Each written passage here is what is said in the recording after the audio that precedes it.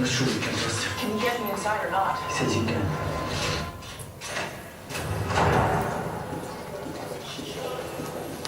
Now we have only 2 minutes.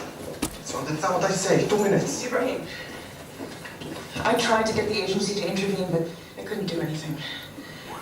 I'm sorry. So I have nothing to say to you. Ibrahim, you said your family was in hiding, afraid for their lives. I can get them to Amman. Tell me what you know, and I will personally guarantee their safety. Why should I believe you will do what you say? We have to go. You said 2 minutes. The guards, they are coming. I need more time. Abed! Tila Halek. You don't believe me? Well, maybe I was wrong to believe you. You said you were an important man. You said you had information about an attack by Abu Nazir. I have information. Prove it. Because unless you do, I won't protect your family.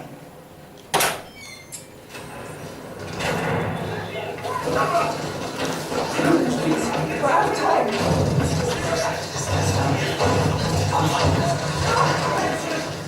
My family! My family! You promised to protect them!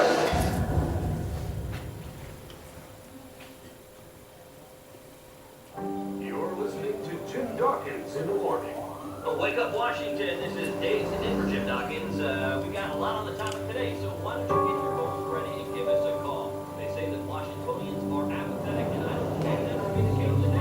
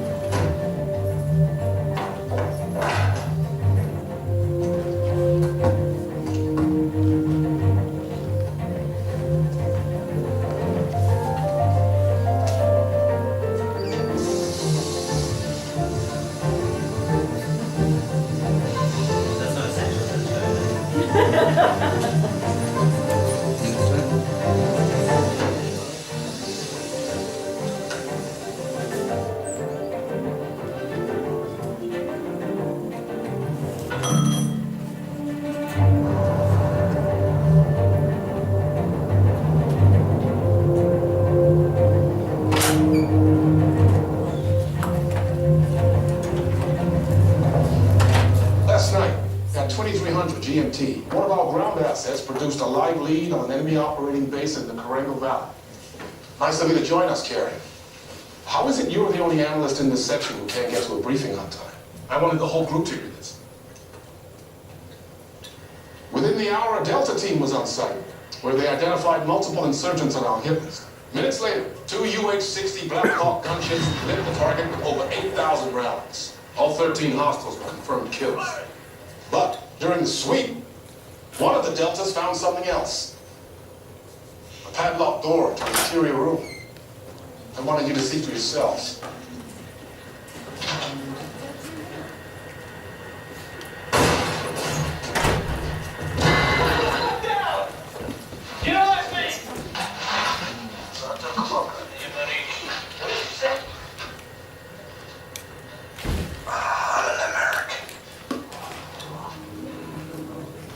Turns out he's one of ours.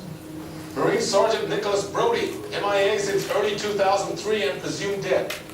Until now. What happened to his partner? Brody was a scout sniper. They work in pairs. Corporal Thomas Walker also went missing that day. According to Sergeant Brody, Walker was killed during their captivity. But that shouldn't dampen what is a major win for the agency and for everyone in this room. You should all take a moment. Give yourselves a big hand. Because of you, an American hero is coming home.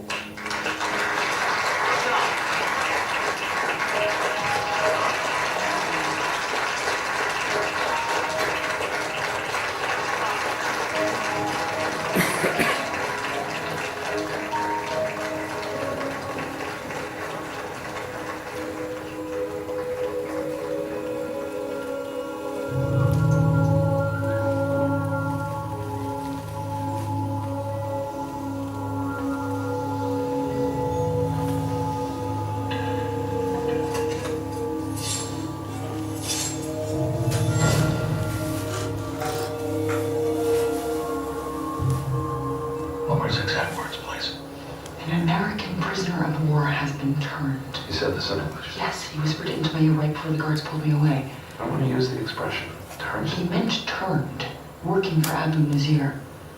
Why did I just hear about this now? Because until 10 minutes ago, I didn't know there were any POWs still alive in Iraq or Afghanistan. So you're suggesting that Abu Nazir? You're suggesting that Abu Nazir planted intelligence on his own safe house, just so we can recover Sergeant Brody, I realize it sounds like a reach. to say the least. Why not just drop a near checkpoint, make it look like you escaped? Why would you sacrifice 13 trained fighters? Because Abu Nazir is playing the long game, and this way no one suspects a thing. So, Joe. Yeah, except me. And Sergeant Brody's due home from Germany tomorrow morning, which gives us just under 22 hours. To do what? To authorize a surveillance package, to tap his phones, wire his house, follow him wherever he goes. David will never sign off on that, you know? Well, of course he won't. The White House needs a poster boy for the war, and David just served him up on a platter. That's why I'm coming to you. I'm not going over his head, not on a hunch. But if I'm right, if he is a terrorist, We need eyes and ears on Brody from the minute he steps off that plane. Never happened. Other question. Carrie? All right, fine. What do I have to do? Prove that the safe house lead was planted. Or at least give me reason to doubt its authenticity. I'm in the penalty box, so I'm 5,000 miles away from my contacts. I can't collect intelligence from behind a desk. By the way, don't look at me that way. We're all fighting the same enemy here.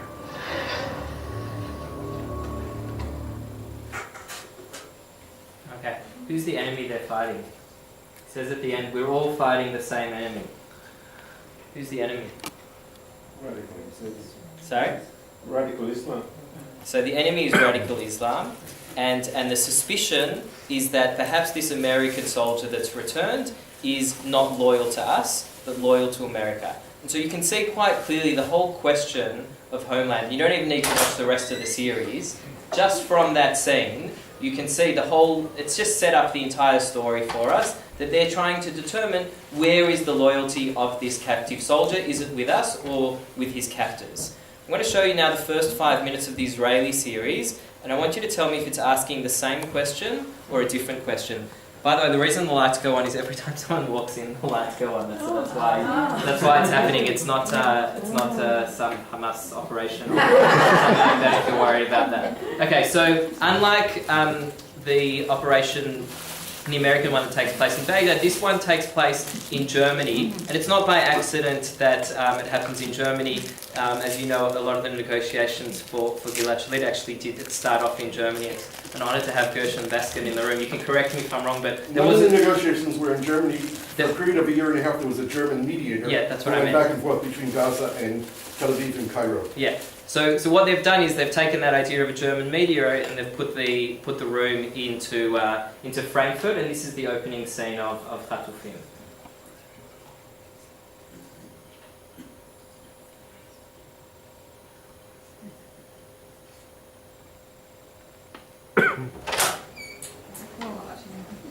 Come in.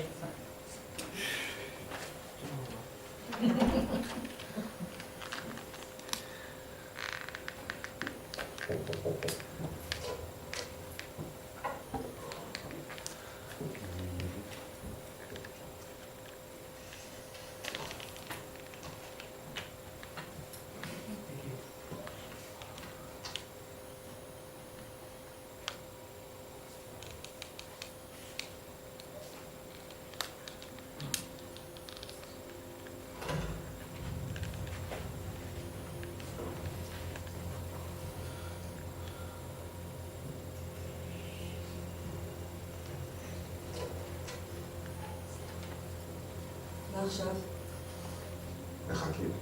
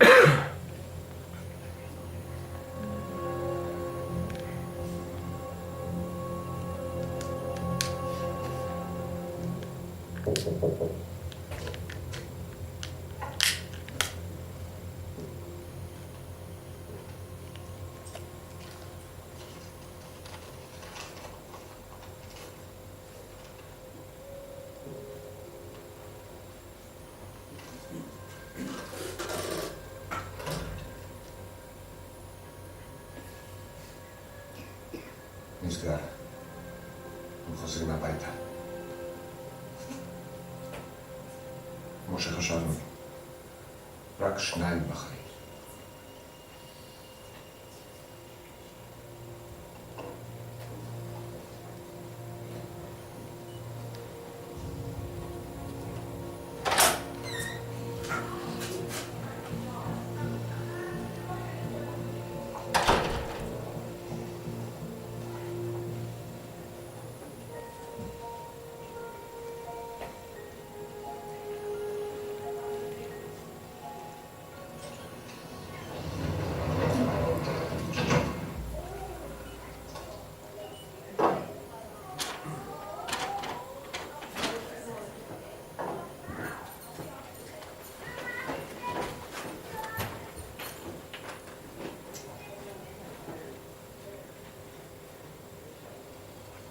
תדאג, אבא. אני לא אחזור מאוחר.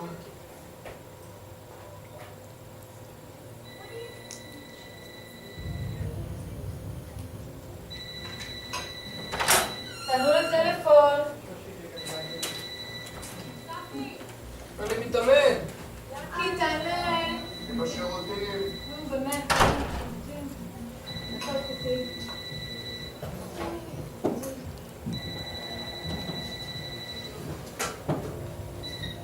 הלו. נורית? כן. זה אילן פלדמן.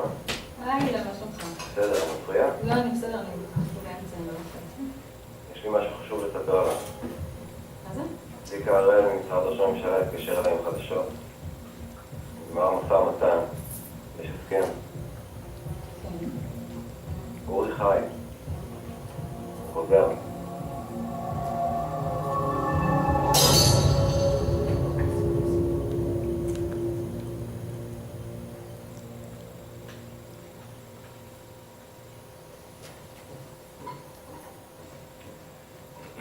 מה יש לך? זה ירוק, זה מה שיש לי. לא משנה, ירוק, תוכי, בעיקר חתונה. זה מעצבן. אני מתגעגעת נורא. תחזור, טיפש. יום שלישי. זה רחוק מדי, תחזור קודם או שאני הולכת עם מישהו אחר. אני אקח אותך, את מכוערת וטיפשה. אני כבר אמצא מישהו. תבטיחי לי שתחכי לי. מבטיח לי שכל החיים יהיה ביחד. מבטיח. מבטיחה. נורית, הוא חוזר. מי חוזר? מי זה היה בטלפון? מה עשינו, יאקי? מה עשינו? מה עשיתי? על מה את מדברת? מי חוזר? אח שלך.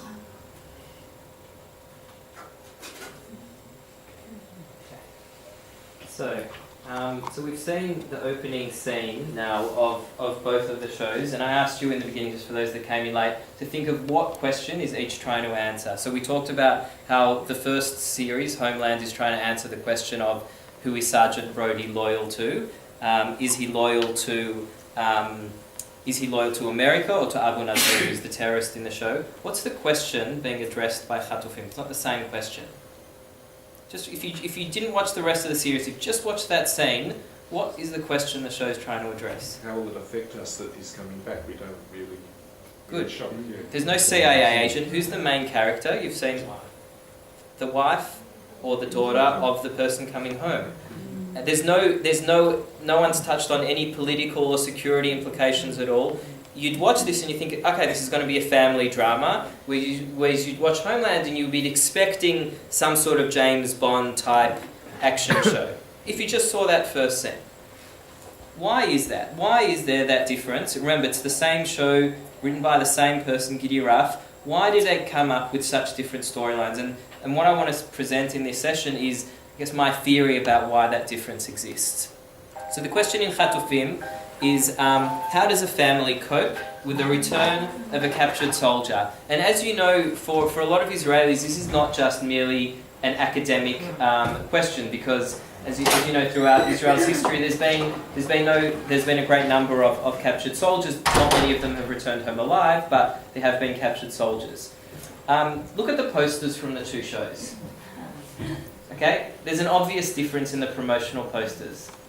Okay, you can see in the top one, the main characters are the three wives' families, and in the American one, you can see the main character is a CIA agent. It's not by accident that the captured soldiers are in the shadows. I think that's a very direct metaphor for what's going to happen in these shows.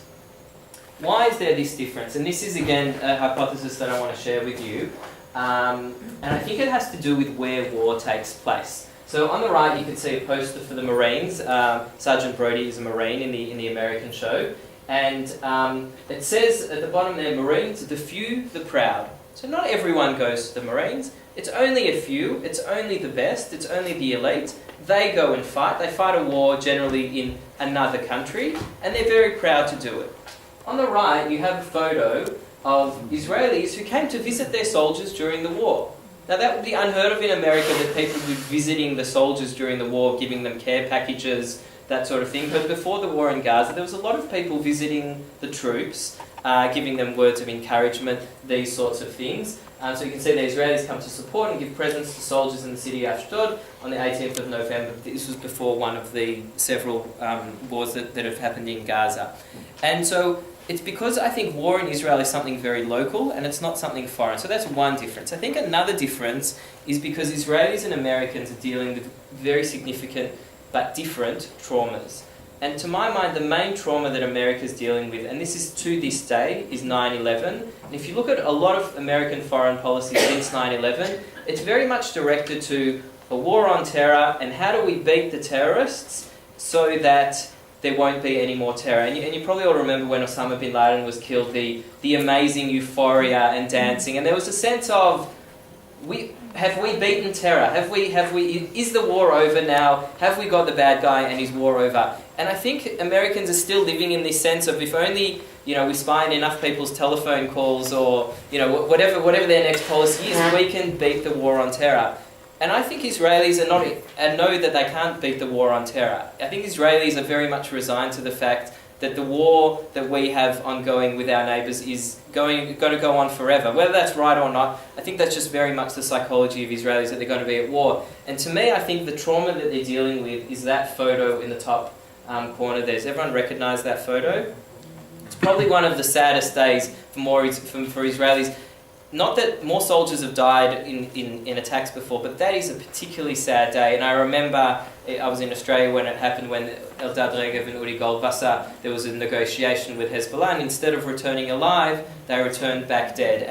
And the sadness and the mourning that generated was far more than any other casualties I can possibly remember from Israeli conflict, because there was a sense of, we go to war, some wars we win, some wars we lose, but the aim of the war is to come back home alive. The aim of the war isn't to win the war. I don't think if you look at the last few wars that Israel's been fighting, they don't win wars anymore. They didn't win a war against Lebanon, they didn't win a war against Hamas. It's unfortunately quite likely there will be another war against Hamas in the future. The Israeli psychology is not about winning wars anymore, it's about reducing Israeli casualties in the wars that we'll have to fight. And I think the two shows are very symbolic of that difference in psychology between the two societies. During the Second Lebanon War, Professor Avi Koba, he said the following. This is a report about the war. Since the 1978 Litani operation, Israel has conducted its low-intensity conflicts in post-heroic fashion. Post-heroic warfare is characteristics of non-existential wars fought by Western democracy. It has two main rules. One, avoid casualties to your own troops, and B, avoid killing enemy civilians. Such warfare has enabled Israel to combine operational effectiveness and moral standards in combat, with enemies fighting in heroic fashion, ready to sacrifice their own fighters and determined to kill as many enemy civilians as possible.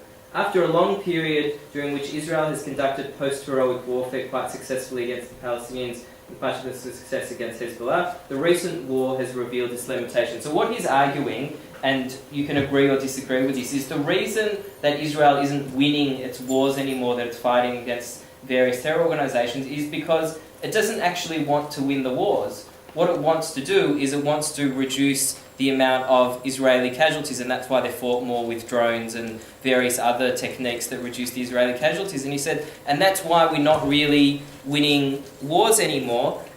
Yeah. Sorry to interrupt. When you say post-heroic, yeah, but you're saying Israel is no longer fighting heroically, but the enemy is that what you say? That's what this professor is suggesting. He's suggesting that the enemies of Israel are quite willing to fight heroic wars, and Israel isn't. After the Lebanon war, there was the Winograd report, and it said, this is by the way criticism, this is not a compliment. This was seen as a criticism of the Israeli government. It says, IDF puts troop safety over operational needs. What's that a code for? You're not fighting to win. That was the criticism of the Winograd report. And I think Hatufim really taps into that. The fact that Israeli wars are not being fought to win, and the trauma of the war is what happens to the soldier afterwards, rather than the fact that the war was lost or not. So this is another quote from George Bush. Our war on terror begins with Al-Qaeda, but does not end there. It will not end until every terrorist group of global reach has been found, stopped and defeated. No Israeli leader would say that actually believing it, because he knows that there's never going to be a time where the state where Israel is in this perpetual war. Obama, what's interesting is he gave a speech last week which looks like he's moved to post-heroic warfare. Because if you look at what he's saying there, he's saying, neither I nor any president can promise the total defeat of terror. So it's interesting that there's now a change of psychology, that perhaps American approach to war is now moving a bit more towards the Israeli idea of ongoing war as opposed to a war that's winnable. What does all of this have to do with Hatufim? Since the creation of Israel, there are 1,500 prisoners of war. Most of them were in captivity either in 48 and 67 or in various conflicts with Egypt for a couple of months. So the idea of long-term captives is quite rare in Israel. And in exchange for those 1,500 soldiers, Israel's released over 10,000 prisoners from various Arab armies in the last 25 years. Hatufim was written by Gideon Raff, and the reason he wrote the show is, he says, we're constantly fighting to bring our boys back home to Israel. We go out to the streets for it, we campaign for it, the government and the people pay a very high price for it. But then, when they come home, nobody cares to hear about them anymore. The show is about what happens to them the day after they come back. And what he's basically saying is, what's interesting is not the struggle to get them home. What's interesting is the day after, because that's what no one really talks about. And the question is, how do you go back to living a normal life, wherever normal life is, after you've experienced what you've experienced in captivity? Now, this has another dimension to it, because Hatufim was shown in Israel it was about 3 months, am I right, Gershon, before Gilad was released. And throughout Israel, there were posters of Hatufim and they're coming home.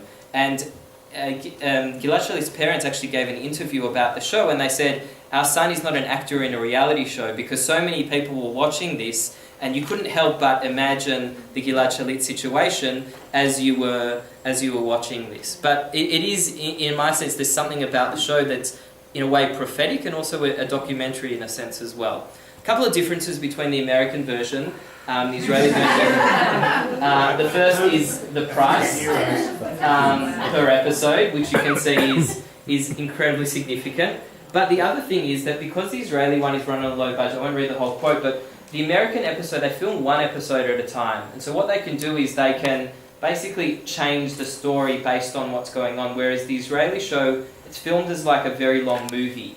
And so what that means is there's lots of elements in the story where one episode will touch to episode 7, and that's all written beforehand. So when you watch the Israeli one, you're watching actually a very long movie, whereas in the American one, you're watching 10 separate episodes. And so what I've done now is, it's took me a little while, I've edited storylines together. So I've taken bits from various episodes so we can follow the progression of one character along the show to see the psychology of what happens to that character. So the first one I want to start with is Nimrod.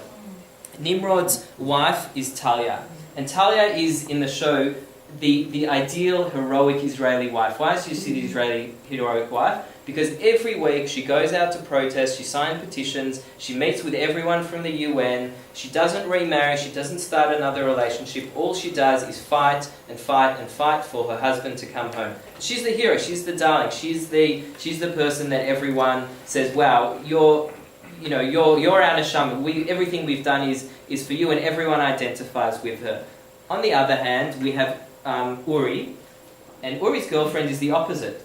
Uri's girlfriend, after he gets captured, she says she waits a year or two, and she says, I have to move on, I can't continue, I'm going to get married. But who does she marry? His brother. So you can imagine why she was somewhat distressed when she found out that Uri was coming home. And Amiel, we see in the first episode, returns home in a coffin, and throughout the whole of series 1 he appears as a ghost. I'm not going to deal with Amiel in this lecture. Okay, so let's start with Nimrod's story. And the question I want you to think of is family life better with him or without him?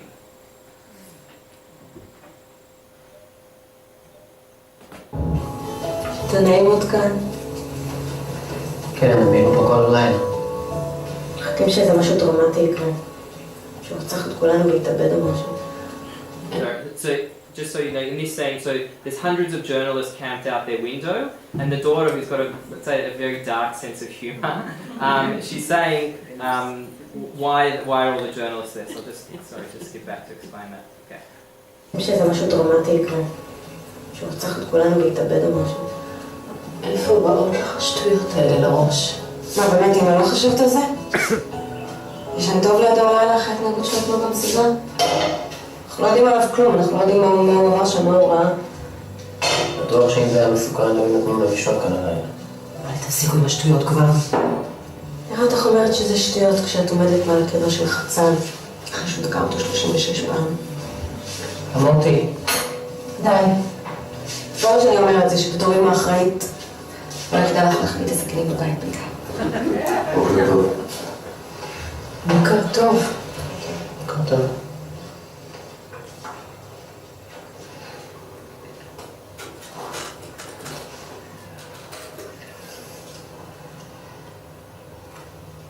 אתה בטח לא להביא נסקים?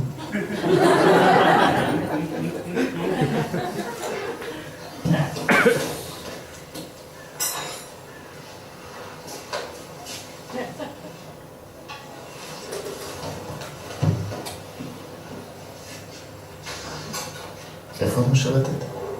קריה במשרד.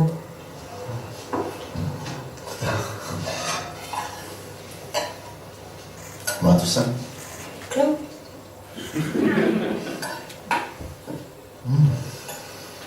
טעים.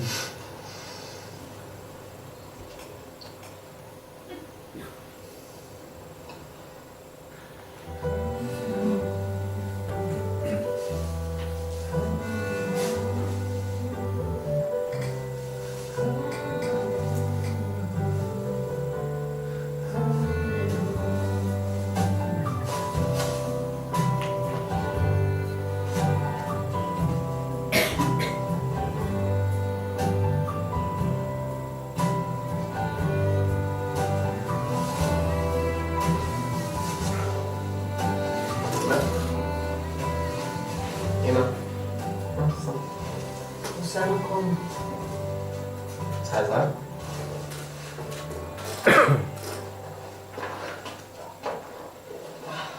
זרוק, הכל.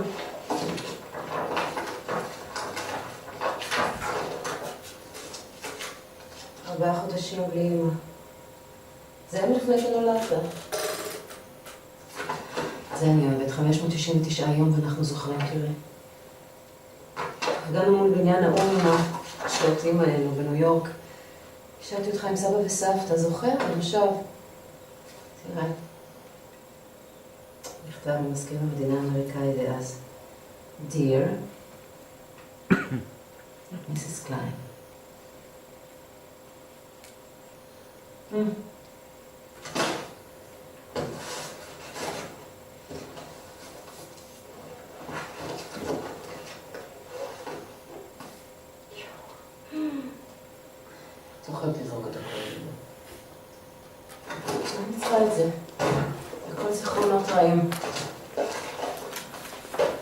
מפעל החיים שלה.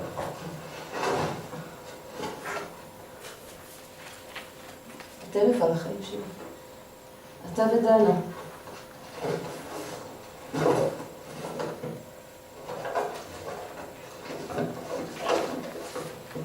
תגידי, שמחה על שמות חתן? איזה מין שאלה זו חוצה לי? אתה לא? זה פשוט שינוי לכולנו. אבל זה אבא שלך, והוא... רציתם אז להכיר אותו. אני בטוחה שאתם תהיו החברים הכי טובים. אני כבר מתה שהוא יכיר אותך כמוני.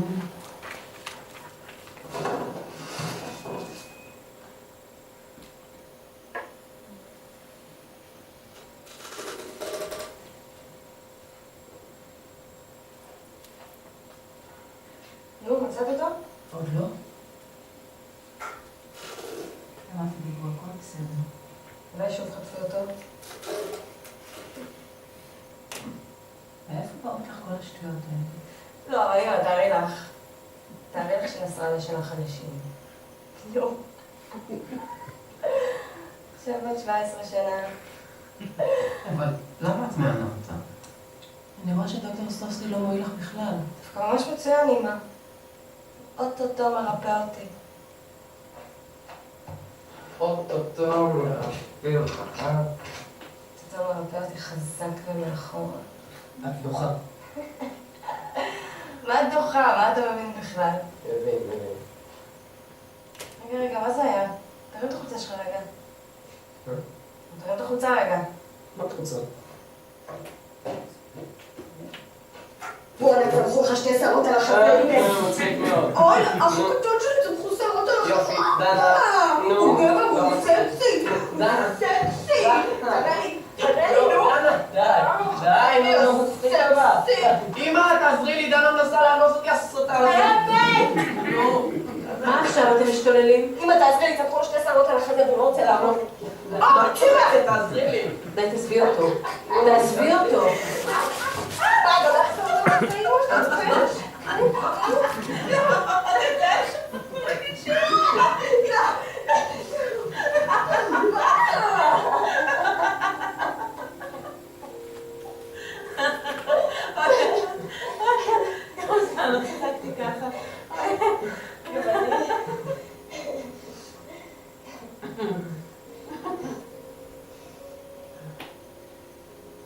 כיף ככה.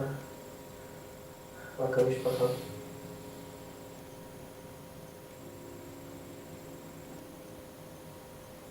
כמו פעם.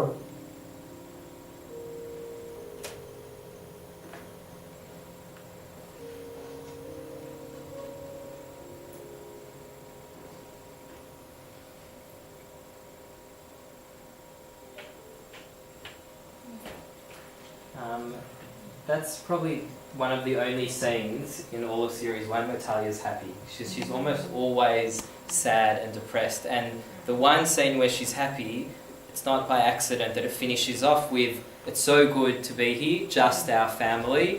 And the question I think that Gidi Raf is trying to suggest here, and this is such a taboo question, you know, and when I watched this scene I couldn't believe that they made a scene asking this question, but to me it was so obvious that the question they were suggesting is life better without the captive soldier home? Because it's so difficult for the captive soldier to come home, but it's such a sacred cow in Israel that we have to fight to get the captives home. But here's a TV show suggesting that maybe everyone would have been happier if he didn't come home. So the question I want to ask is, do you think, am I reading something into it, or do you think that scene is suggesting that question? And if so, what does that mean that he's asking that question?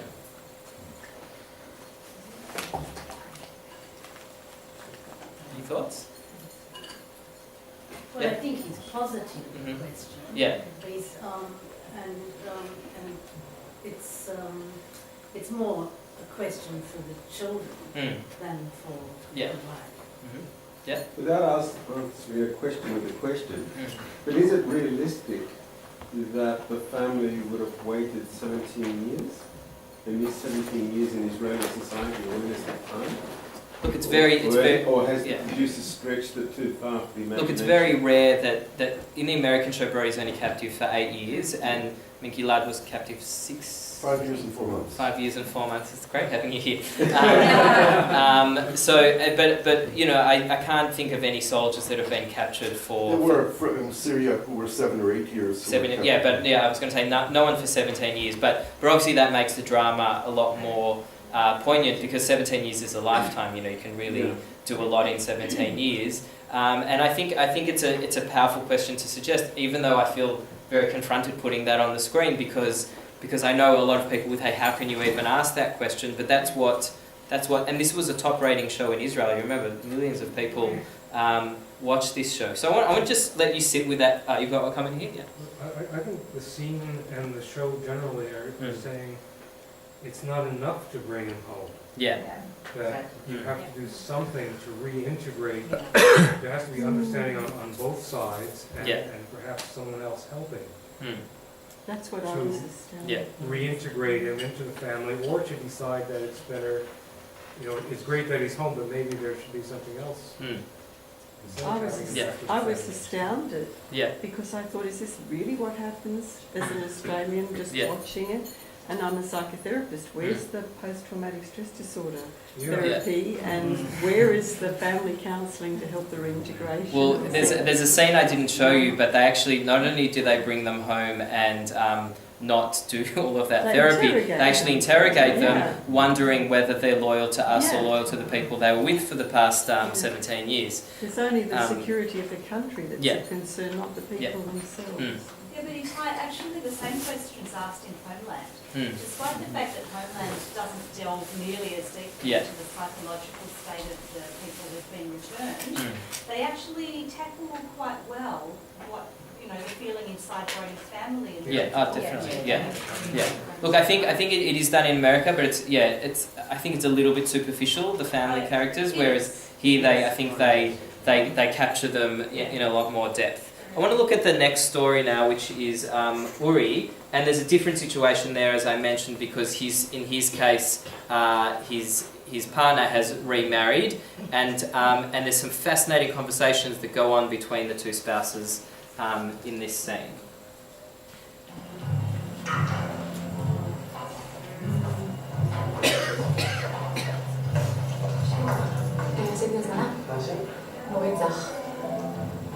עוד כמה דקות. 5 דקות. This is Uri's partner.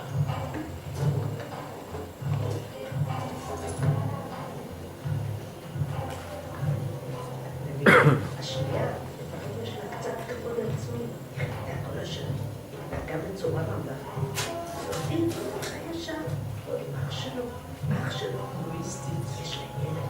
מה היא מחנכת את הילד שלהם ככה? לבגוד? איזה ערכים האישה הזאת יש לה? היא עושה את המשפחה כולה. וואי נפש. אישה פשוט מגיעה. תקע למסכן הזה סכין בבח. מסכן. אתן מדברות אליי? אם כן, אל תשפטו, כי אנחנו מושג. ההזמנה שלך מוכנה.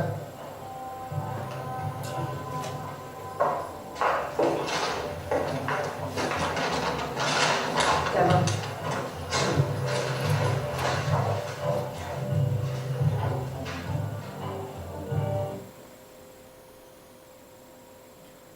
אני לא מבינה את אבא שלך. למה הוא לא נותן לי לדבר עם אורי? למה?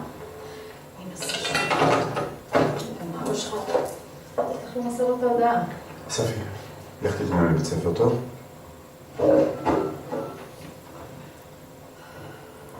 את שמה לב שאת מתנהגת ומופרעת ליד הבן שלך? למה הוא לא עונה לי? תסביר לי. כי הוא לא רוצה לדבר איתך. יקי, אנחנו אפילו לא יודעים אם הוא יודע. הוא פשוט נעלם, הוא לא חזר. הוא לא נעלם אצל אבא שלי. מה שאלת אותי אז מישהו אמר לו, מישהו בצפון, או ממוד, או מישהו גילה לו, והבין שאין לו מה לחזור אליך. וגם אם כן, לפחות שידע שלא רציתי לרמות אותו. תעשי לי טובה, תאכלי את ארוחת בוקר שלך. אני לא רבה. תעזבי את הטלפון. עכשיו. איך אתה לא מרגיש אשם? לשם וידפוק לו את דלת, ואם הוא לא יפתח, אני אשבור את זה. ממש. כן, ממש. הוא לא רוצה לדבר איתך, מה כל כך קשה לקלוט? אני חושבת שאבא שלך הרגיל... את כבר לא חברה שלו. את כבר לא שלו. אז תפסיקי לקרקע סביבו ותעשי את הבן שלך בבית ספר. בכלל לא העניין. אני פשוט חושבת שכדאי שאני אסע לשם לדבר איתו, לוודא שהוא בסדר. נורית. אורי, די, בסדר? אני יודעת מה אני עושה.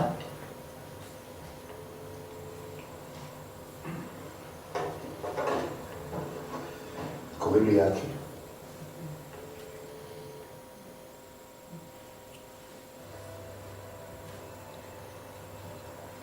וירה? This is the two brothers' first conversation now.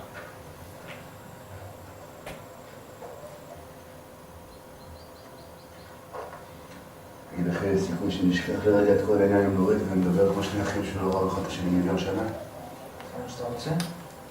מאוד. שחזרתי בקושי מסתכל לי בעיניים. אתה צודק, אני פחדן. תמיד הייתי.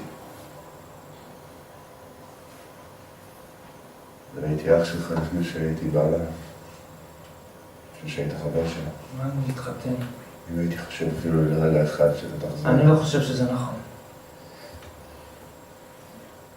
אולי אתה צודק. למרות שאני האח הגדול, תמיד קינאתי בך.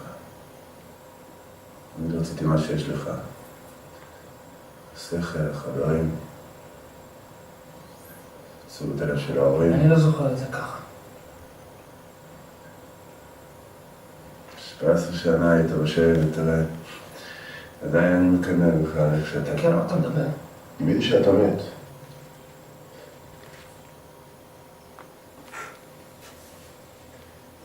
היו ימים שגיביתי שאתה מת.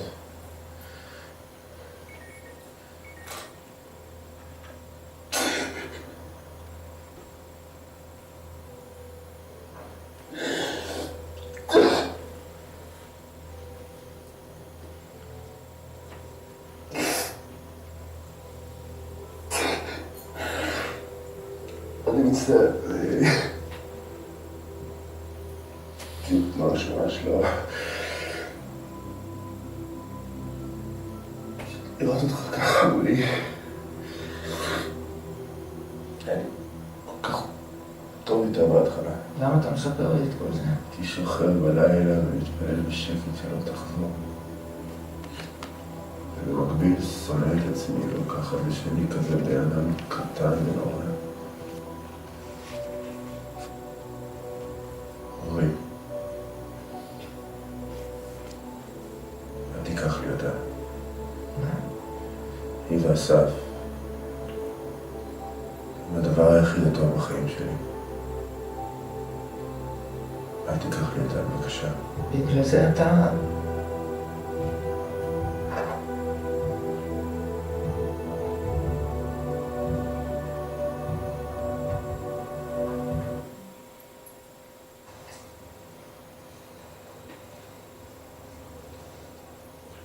אני יכולה לשאול אותך שאלה? למה את שונאת אותי כל כך? אני לא שונאת אותך. אז למה? פעם היינו חברות כל כך טובות. נורית, באמת. אף פעם לא היינו חברות. היינו שותפות. לטרגדיה. אבל עדיין היינו. נאבקנו ביחד. אבל אז את קמת, עזבת אותי. לבד. לבד? אני לא חושבת שזה הזמן המתאים עכשיו לפתוח את כל הדברים האלו, וגם זה כבר כל כך לא משנה. לי זה משנה. את יכולת לעזור לי. מדינה שלמה שונאת אותי, מקללים אותי איפה שאני רק הולכת, מסתכלים עליי, כאילו, מה עשיתי? ואני אשמה בזה? אותך כולם מעריצים, האישה שלא בגדה, הטובה. ברעיונות איתך, בעיתונים, בטלוויזיה, את יכולת, את יודעת, בדיוק כמוני, שלא רק הם היו בשבי, גם אנחנו. אני ישבתי 17 שנה בשבי, בדיוק כמוהו. אבל את קמת ועזבת, נשארת אותי שם לבד, כי התאהבתי, המשכת הלאה עם החיים שלך. את כועס עליי כי רציתי לחיות? זאת לא זכות שיש לנו. אנחנו צריכות לחכות, להילחם, לא להיכנע. אני נלחמת יום יום, יום, לבד. אני יכולה להבין את הלאום שכולם עשו ועושים עליי, אני יכולה להבין למה אנשים שלא היו בנעליים שלנו יכולים לשנוא אותי. אבל את, במיוחד אני, לא צריכה להבין איך עשית לו את זה. איך עשית לי את זה? קל לך להגיד, קל? לי היה קל?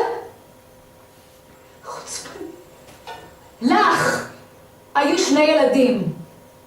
משפחה. גם אני רציתי ילדים. מה רציתם ממני כולכם? שאני אשאר הרווקה של המדינה?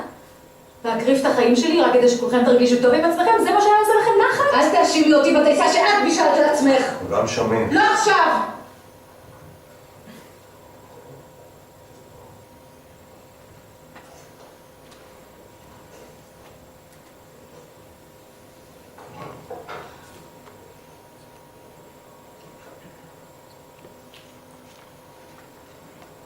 טליה, אני לא חזקה כמוך. לא יכולתי להמשיך ולחכות.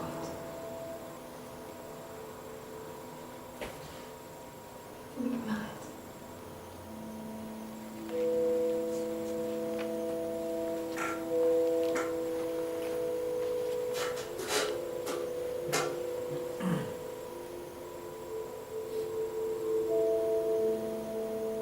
אולי את זו שחזקה ולא אני. מה בסך הכל עשית? חיכיתי.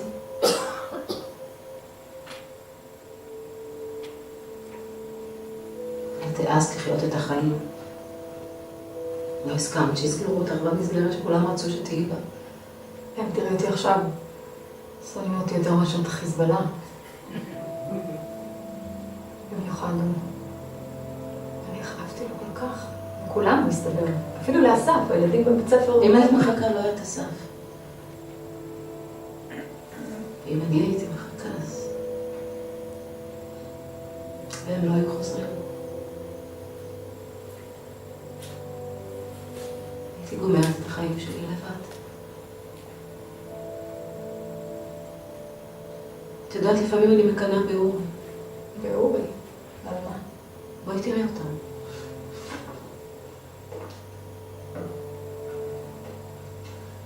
כמו זוג נשוי. הוא הבן זוג האמיתי שלו. הם חוו דברים שאנחנו בחיים לא נהיה חלק מזה. אני אסתפק בלהיות איזשהו חלק בחיים שלו.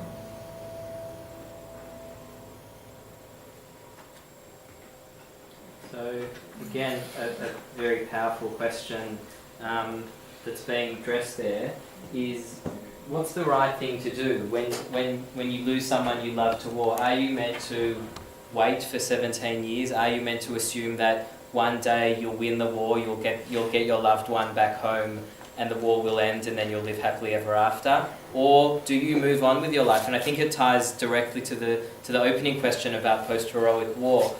How do you fight Israeli wars? And you can clearly see that the Israeli narrative very much favours Talia, favours that idea that you fight until you get your loved one home. And Nurit is very much the hated wife, because she's saying, I didn't have a family, I wasn't going to wait for all of these years. And to me, you know, when we talk about the peace process, I've been to a lot of sessions on the peace process and politics in 2 states and 1 state and whatever, and what people ignore is this, that there's a human story here. There's 100, there's 1,000, there's 1,000,000 human stories about how conflict affects people. When we talk about the absence of peace, we're not just talking about the wall and the check, we're talking about what it does to families, to Israeli families, to Palestinian families. And I think, to me, this is a very powerful piece of anti-war media, because it's really saying, put the politics aside, because it doesn't deal with the politics, it deals with the families. Look at the impact of an ongoing war on a society, on the psychology of people, on what it does